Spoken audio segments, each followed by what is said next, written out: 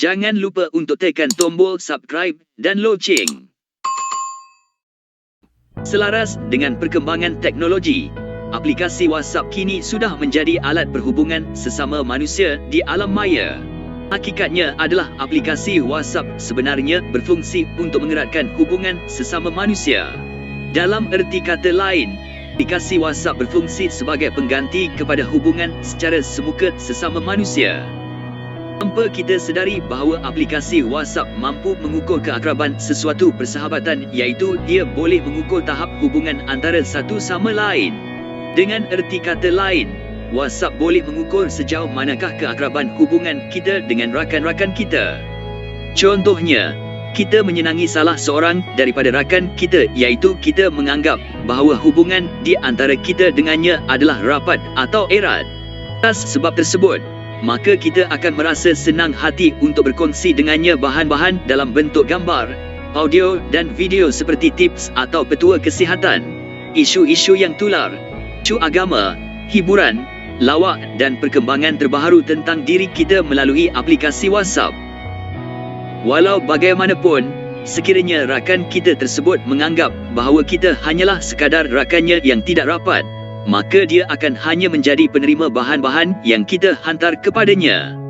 Dalam masa yang sama, dia tidak berminat untuk membalasnya dengan bahan-bahan yang ada di tangannya untuk dikongsikan dengan kita. Prasyarat untuk menentukan sama ada erat atau rapatnya hubungan di antara kita dengan rakan kita adalah kita akan saling berkongsi bahan-bahan dalam aplikasi WhatsApp. Dalam erti kata lain, sekiranya rakan kita menganggap hubungannya dengan kita adalah erat atau rapat, maka dia pasti akan merasa senang hati untuk berkongsi dengan kita bahan-bahan yang diperolehnya daripada kumpulan-kumpulan lain. Ini adalah kerana biasanya setiap orang akan mempunyai kumpulan WhatsApp mereka sendiri yang terdiri daripada kumpulan sesama adik-beradik, saudara mara, rakan sekolah, rakan sejawat, rakan sekerja, rakan sesama minat dan sebagainya. Hakikatnya adalah konsep berkomunikasi secara bersemuka adalah sama saja dengan konsep berkomunikasi secara maya, iaitu melalui aplikasi dalam WhatsApp. Contohnya adalah dari segi komunikasi secara bersemuka, sekiranya kita menganggap hubungan kita dengan rakan kita adalah rapat atau erat, maka kita akan sentiasa berjumpa atau menghubunginya melalui telefon untuk bertanya khabar dan berkongsi cerita dengannya. Begitu juga halnya dari segi komunikasi secara maya, iaitu melalui aplikasi WhatsApp.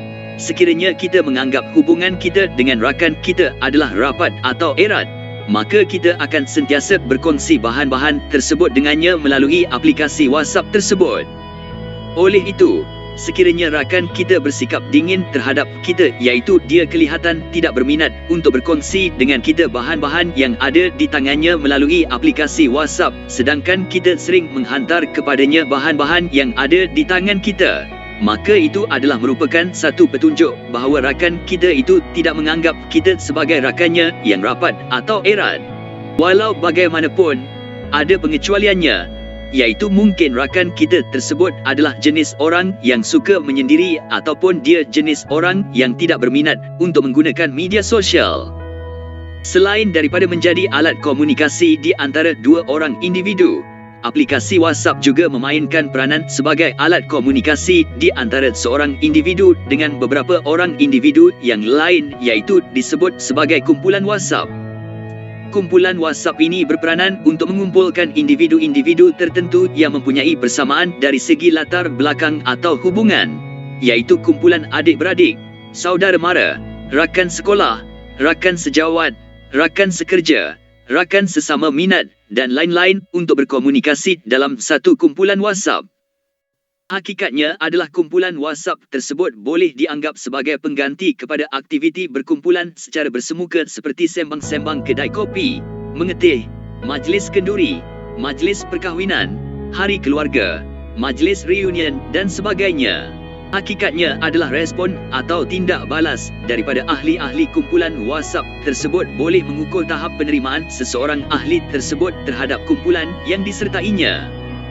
Penyertaan ahli dalam sesuatu kumpulan WhatsApp tersebut boleh dibahagikan kepada 3 kategori, iaitu kategori pertama adalah mereka yang benar-benar berminat untuk menjadi sebahagian daripada ahli kumpulan yang ditubuhkan itu.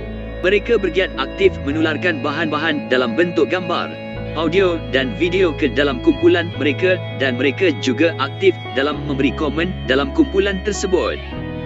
Kategori kedua adalah mereka memang berminat untuk menyertai kumpulan WhatsApp tersebut, namun mereka enggan bergiat aktif dalam kumpulan mereka. Sebab kenapa mereka memilih untuk tidak bergiat aktif? Kerana mungkin sudah terlalu banyak bahan-bahan yang ditularkan dalam kumpulan mereka. Oleh itu, mereka sengaja ingin memberikan peluang kepada ahli-ahli yang lain untuk bergiat aktif menularkan bahan-bahan dalam kumpulan mereka tersebut. Kategori ketiga pula adalah mereka yang menyertai kumpulan WhatsApp secara terpaksa, iaitu mereka merasakan bahawa mereka seolah-olah dipaksa untuk menyertai kumpulan tersebut sedangkan hati mereka tidak tertarik untuk menyertainya. Dengan lain perkataan, mereka adalah ahli dalam kategori terpaksa. Isu tersebut bermula apabila nama mereka telah dimasukkan oleh salah seorang daripada rakan mereka yang menjadi admin kepada kumpulan WhatsApp tersebut, sedangkan mereka sebenarnya tidak berminat untuk menyertai kumpulan tersebut kerana 2 sebab.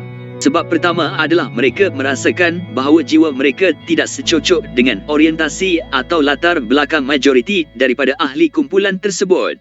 Contohnya adalah andaikan bekas pelajar Universiti Malaya tahun 2000 yang berasal dari Rawang bersetuju untuk menubuhkan kumpulan WhatsApp.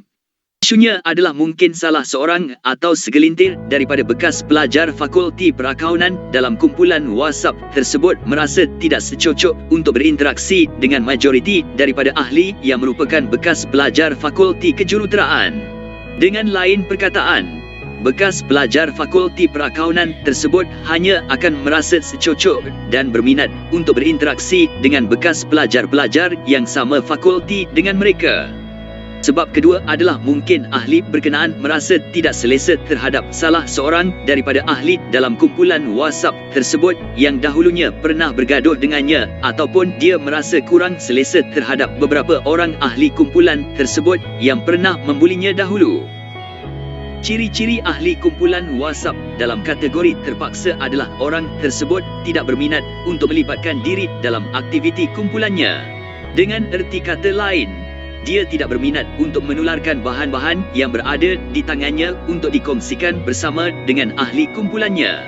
Dalam masa yang sama, dia juga tidak berminat untuk memberikan sebarang komen dalam aktiviti kumpulannya. Logiknya adalah sekiranya ada ahli kumpulan dalam kategori terpaksa tersebut benar-benar berminat terhadap kumpulan WhatsApp yang disertainya, maka dia pasti akan bergiat aktif menularkan bahan-bahan yang diperolehnya daripada kumpulan-kumpulan lain untuk dikongsikan dalam kumpulan tersebut. Ini adalah kerana biasanya setiap orang akan mempunyai kumpulan WhatsApp mereka sendiri yang terdiri daripada kumpulan adik-beradik, saudara mara, rakan sekolah, rakan sejawat, rakan sekerja, rakan sesama minat dan sebagainya. Hakikatnya adalah ahli kumpulan dalam kategori terpaksa ini tidak akan menganggap bahawa dirinya menjadi sebahagian daripada kumpulan WhatsApp tersebut.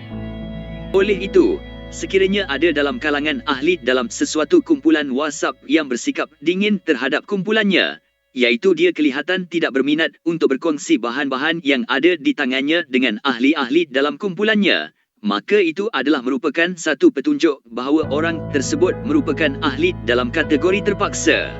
Walau bagaimanapun, ada pengecualiannya, iaitu mungkin ahli tersebut adalah jenis orang yang suka menyendiri ataupun dia jenis orang yang tidak berminat untuk menggunakan media sosial. Walau bagaimanapun, dalam apa keadaan sekalipun, setiap orang berhak untuk memilih sama ada untuk menyertai atau sebaliknya mana-mana kumpulan WhatsApp yang ditawarkan kepadanya. Dalam masa yang sama, sesiapa pun tidak boleh menyalahkan orang yang tidak berminat untuk bergiat aktif dalam sesuatu kumpulan WhatsApp kerana orang tersebut mempunyai hak dan alasannya tersendiri. Kesimpulannya adalah sebelum admin kumpulan ingin menjemput rakan-rakannya untuk menyertai kumpulan WhatsApp yang ingin ditubuhkannya, mungkin beliau wajar bertanya pendapat mereka terlebih dahulu. Langkah ini adalah untuk mengelakkan mana-mana orang daripada merasa seolah-olah terpaksa menyertai kumpulan yang dia sendiri merasa kurang selesa.